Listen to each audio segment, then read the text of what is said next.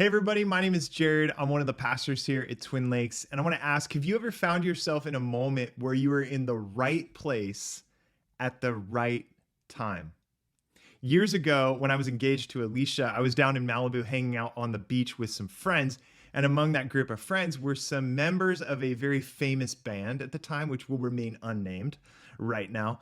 And one of the band members was walking around and he started talking about Alicia. Now, clearly interested in her. He didn't know that we were engaged and eventually walked up to one of my friends and said, "Hey, do you know if Alicia is single?" Without hesitation, she just pointed right at me and said, "Actually, she's engaged to this guy right here." I just reached out my hand. I said, "Hi, I'm Jared. Nice to meet you." Now, there was this odd satisfaction at that moment, knowing that I had beaten this guy to the punch. Now, eventually, she chose me, thank goodness. And here we are 22 years later. Now, we are going through the book of First Corinthians in our young professional group on Tuesday nights. And this verse came across the study that just really stood out at me. And it's First Corinthians 7:17. I'll read it to you. Paul says, each person should live as a believer in whatever situation the Lord has assigned them, just as God has called them.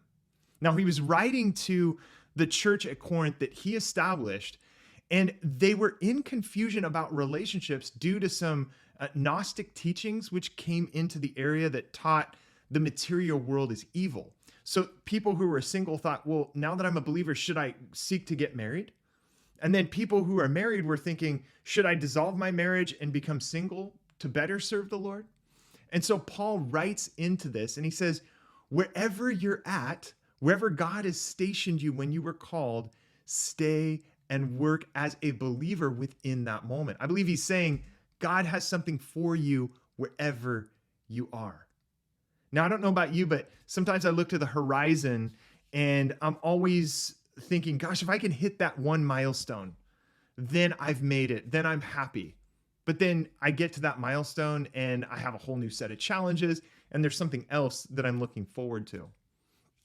And I think Paul is trying to get us to realize that no matter what situation you're in, by the way, even if it's bad, right? You might be in a situation where it's out of your control or maybe by result of your own decisions. And yeah, of course, try to get out of that. But what does God have for you in that moment? Whether you're single and you can, as the later chapter describes, serve God undivided, which is great.